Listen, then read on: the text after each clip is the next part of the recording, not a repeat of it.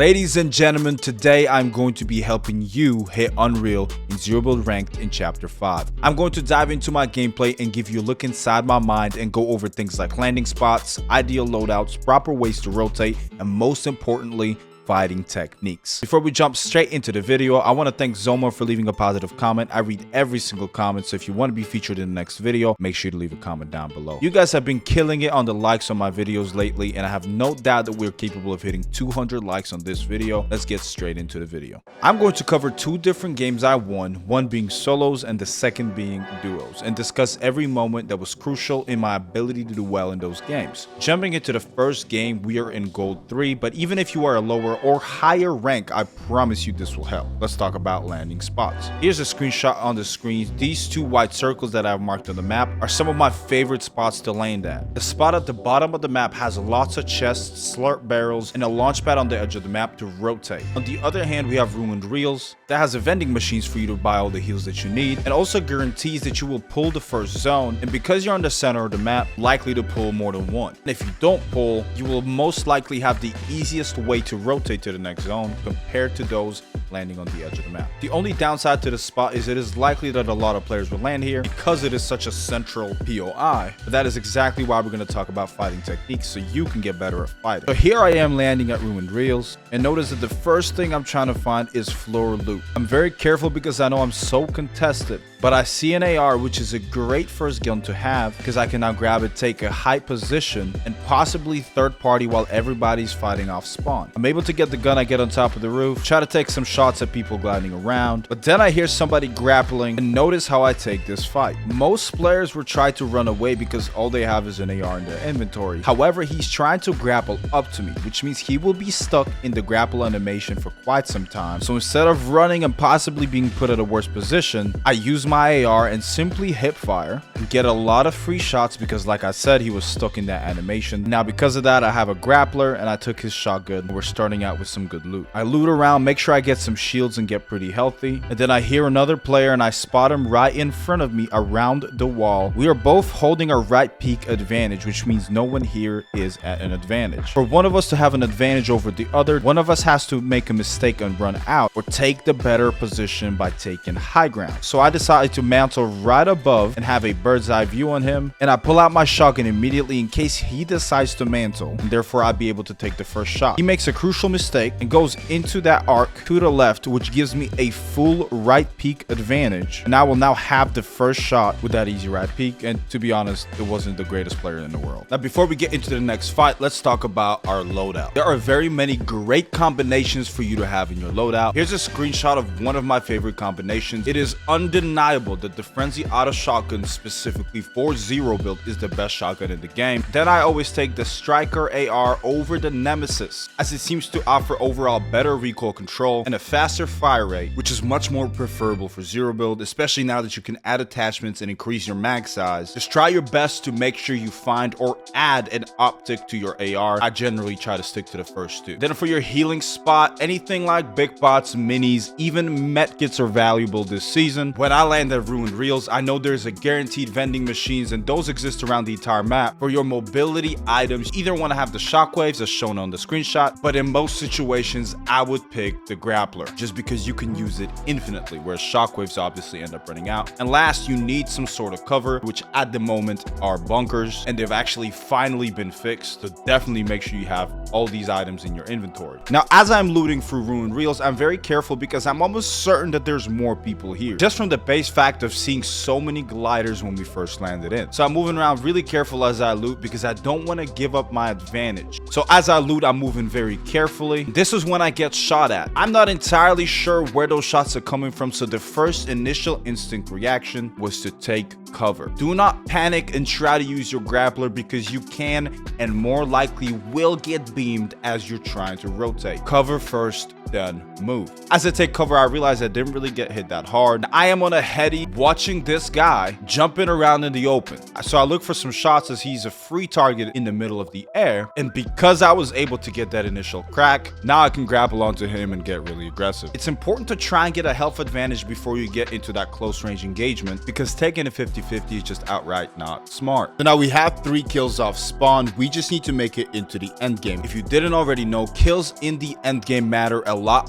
more than at the beginning of the game when it comes to the percentage gained after each game. So knowing that, you should take the mid game very seriously as far as getting your loot and, more importantly, doing the right rotation. The ultimate goal to ranking up fast, no matter what rank you are in, is to always go for the win. A 1 kill win will get you farther than a 5 kill 5th place. I know it sounds crazy, but I promise it will. Now, this is not to say that you should avoid all fights at all. It just means only take fights when you have a clear advantage, whether it's positioning or that initial crack. So how should you rotate? Like I said, where I land, I always pull center zone. So honestly, I can go anywhere. I usually try to stick closer to the center of the map every time I'm rotating. Also keep note on the map because you can see everyone who is holding a medallion. After the recent update, medallions are not that overpowered, but it is useful to know how you want to rotate based on where those players are. If you notice that there's 3 medallions stacked up on top of each other, that can be a good opportunity for you to go to a third party. So definitely keep an eye on that map. As I'm rotating, I'm staying close to the center of the map, and I notice that my bounty is somewhere close by. In this case, I kind of follow the map and assume that he's in this building. So I go to check this building and notice how smart I play this. I hear the footsteps and I'm right peeking every single door,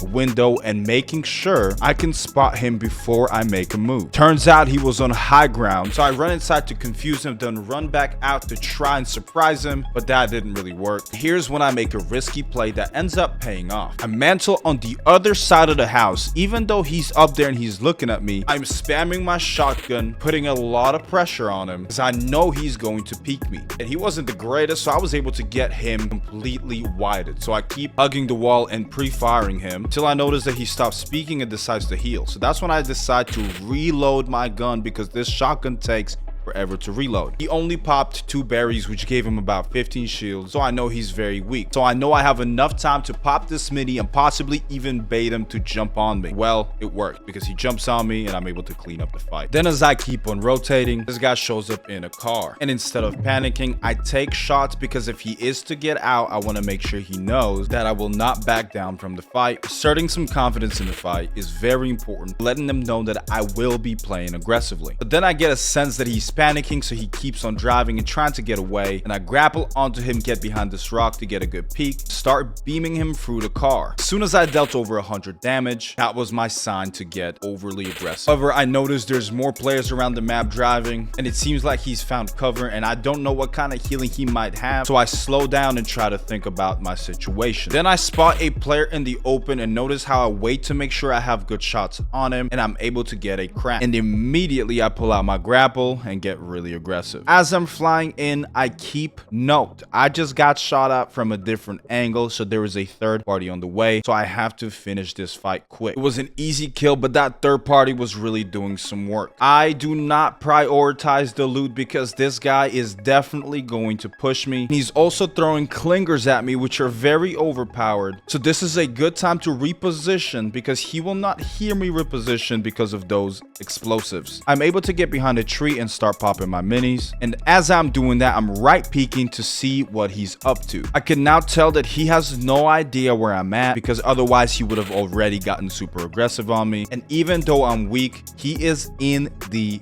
open, so I get a right peek advantage and start beaming, and I completely erased him from the map. Just because you're low in HP and got third party, don't be so quick to make assumptions and start giving up, or as I even sometimes do, start raging and being upset that you got third party, because on low HP you just have to play right peaks and make it very difficult for your opponent to hit you. Now moving into the end game, my only priority is always staying ahead of zone so that I will have the best positioning, and I will only shoot opponents if it's a third party opportunity. And just like that, I heard some fighting and decided that this was my chance to third party. I push in that general direction of where I heard the fight, and just like that, catch the player in the middle of the open and start taking some free shots. I dealt close to 100 damage, and when he takes cover, I immediately get super aggressive, not giving him any time to heal up. And he decides to take a 50-50, which with a significant health advantage is an easy fight to win. Now I'm in a 1v1 situation for the win, and I notice that there's some crazy loot and a medallion that can help me win this game. So I land straight on it. I spot the other player and realize that he pulled the zone, which unfortunately means I have to come to him, which gave me the signal that if I try using my grappler in this open zone with barely any cover, he will beam me out the air. So I grabbed the shockwaves from that dead body, and the smartest option here was to take the 50-50 because I have a mythic shotgun in my inventory. With some right peeking and dancing around this tree, I was able to get the win. Now let's jump into the duos game where me and Sneaky were able to pop off in an elite rank lobby. I'm going to purely cover how you and your duo can fight properly. It will be fairly fast paced. The first fight we take here is against this medallion team. We're trying to be aggressive so we can grab the mythic shotgun and the medallion for shields. We notice one of them is split up and me and my duo take separate angles on the same guy. My duo was able to crack him, which left him to get out of cover and giving me a free knock. Unfortunately, his duo ended up knocking my duo, so the first thing I do is get behind cover and make sure I reload my guns. But he was spraying me and I couldn't reload the shotgun because of how long it takes, so I ran inside and kept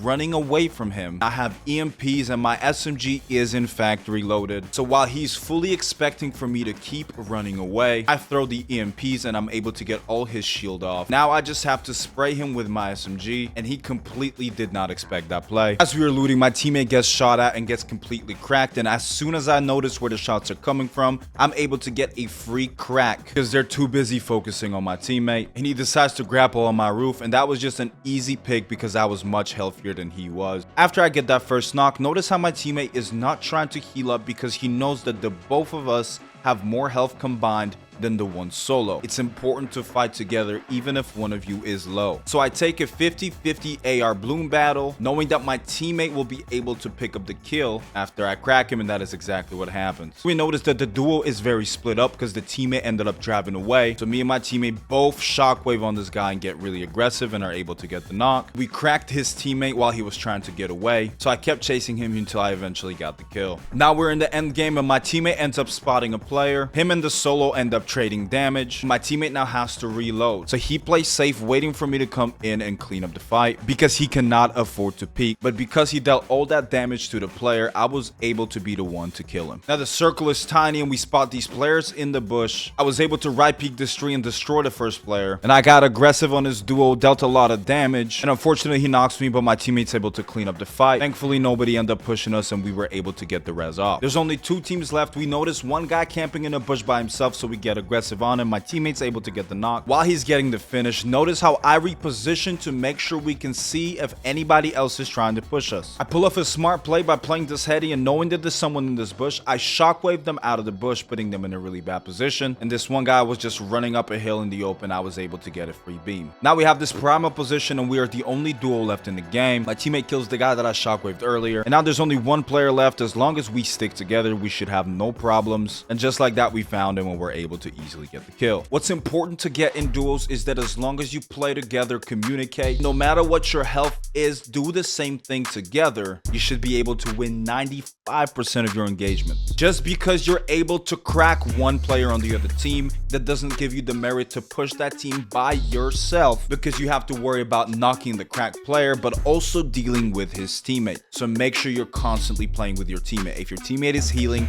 reloading, or having to reposition for whatever reason, it is best you wait for him and play with him. I know that second game was a little bit more fast-paced, but I hope you guys learned a lot from that. First game being a little bit more strategical, telling you about what's going on in my mind in solos, and the second game just showing you what goes through our minds as a duo in the case that you are trying to play a more aggressive playstyle. If you're new, make sure to subscribe because I post competitive content every single week. Without any further ado, I'll see you guys in the next one.